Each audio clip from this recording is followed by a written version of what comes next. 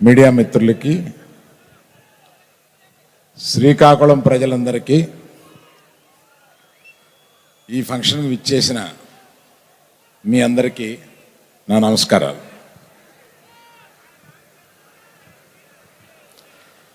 శ్రీకాకుళం ప్రాంతంలోంచి ఒక కథ తీసుకొని ఆ కథ ఆధారంగా మేము ఒక సినిమా తీసి అది ఒక పెద్ద సినిమాగా మారి మేము దీన్ని ఆదరించిన అఖిలాంధ్ర ప్రజలకి నమస్సుమాంజలు ఈ ప్రాంతం నుంచి చెబుదాం. శ్రీకాకుళంలో ప్రారంభమైన మా ఈ సినిమా మీకు ఇక్కడికి వచ్చి కృతజ్ఞతై చెప్పాలని చెప్పి మేము ఇక్కడికి వచ్చాం. మేమందరం మిమ్మల్ని చూసి వెళదామని.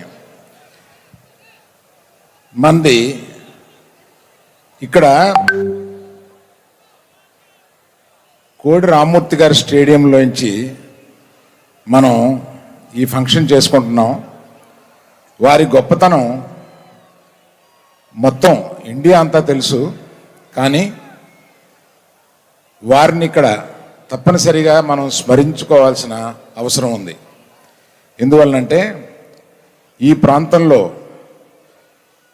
చాలా సంవత్సరాల క్రితం పుట్టి ప్రపంచ ప్రఖ్యాతిగాంచిన ఆయన ఎన్నో కొత్త కొత్త విషయాలు, ఎన్నో ఛాలెంజ్లు చేసి ఆయన ఈ జిల్లాకి పేరు ప్రతిష్టను తీసుకొచ్చారు. నాకు ఆయన చరిత్ర చదివినప్పుడు ఇది ఒక వెబ్ సిరీస్గా తీయాలని చెప్పి కొంత స్టడీ చేశామండి. నాకు ఆశ్చర్యపోయిన విషయాలు ఏంటంటే, అంత బాడీ బిల్డింగు, అంత అంటే 2 కార్లను 2 చేతులతో ఆపి పబ్లిక్లో నిరూపించుకున్న ఆయన, అంత శక్తివంతుడు ఆయన కేవలం శాకాహారి. అది ఒక పెద్ద మెసేజ్ అన్నమాట. అంటే శాకాహారం తింటూ కూడా అంతటి శక్తిని చూపించగలమని ఆయన నిరూపించారు. అటువంటి ఆయన కథని ఏనాటికైనా ఒక సినిమాగా కానీ వెబ్ సిరీస్గా కానీ చేయాలని తలుస్తున్నాం.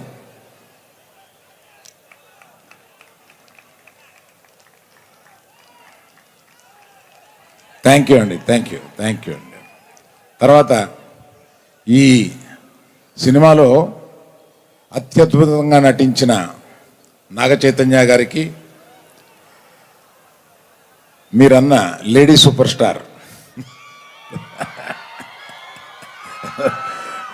సాయి పల్లవికి, వాళ్ళిద్దరినీ బొమ్మలాట ఆడించినట్టు ఆడించిన మా డైరెక్టరు చందు మొండేటి గారికి.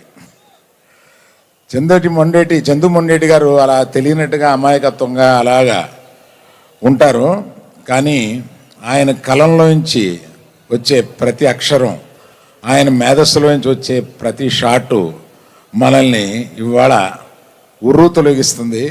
అటువంటి మేధస్సు కలిగిన ఆయన చాలా సైలెంట్గా, ఏమీ తెలియని అమాయకత్వంగా ఆయన కూర్చుని ఉంటారు.